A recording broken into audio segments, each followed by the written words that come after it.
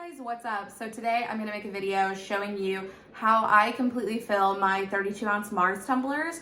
I've also used this method on Cupshare brand and some other off-brand tumblers that are made pretty similarly versus a Starbucks tumbler that I don't really have this issue with. So like I said, a frequently asked question that I get is how do I fill this tumbler completely? Because it looks like there is a small air bubble left.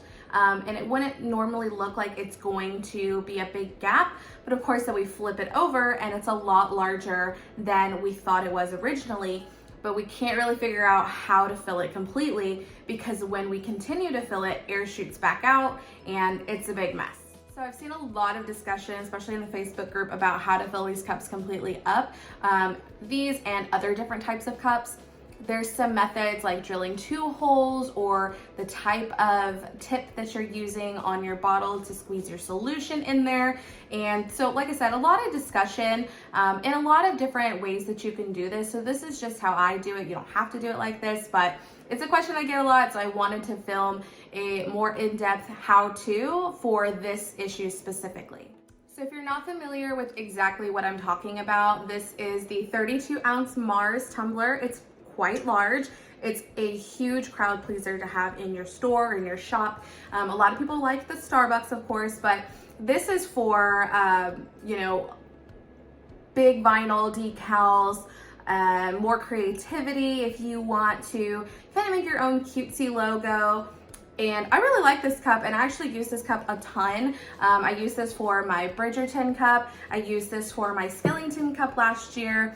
And there are, of course, a couple of pros and cons, so I'll go over those really quick, and then I will get into how I fill them up.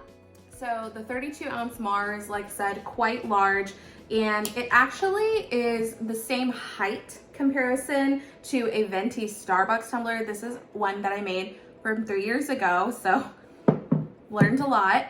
But the width is obviously different. This is a more substantial tumbler. Still really nice though, because it fits in like a cup holder and obviously holds a lot more if you like to drink water during the day or you don't want to have to constantly refill your cup. It stays pretty cold.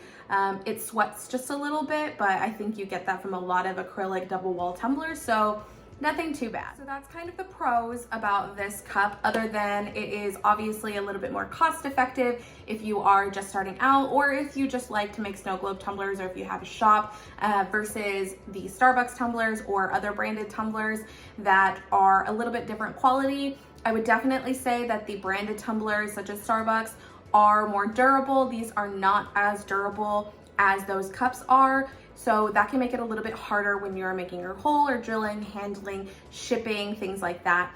One big issue that we have a lot with this tumbler is that the rim tends to leak. In a batch of 20, I'll probably have 2 or 3 that end up doing that. That can definitely be a bummer, and it's hard to find that out once you've already made your tumbler. So I highly suggest testing it out. And like I said, I can make a video of how I do that if you would like. Just leave a comment and let me know. So a little bit more about my method of how I fill it, just so that I can talk about it before I show you. I just drill a single hole, and this one's covered with tape right now. It hasn't been tested for leaks yet, but I like to cover it after I drill it. That way no dust or pet hair or anything extra special is getting into the tumbler before I've had time to put it through quality first. Okay, so I'm gonna show you on a tumbler that I'm currently working on. And for my drilling, I use a 3/8 inch drill bit. I use a drill, I've used it for a few years. It's just what I'm most comfortable with. I did try the hot tool method. It just wasn't for me, and I don't think it's as easy on these types of tumblers versus, again, a more durable tumbler such as a Starbucks or a non-branded tumbler that is similar, basically a dupe for a Starbucks tumbler.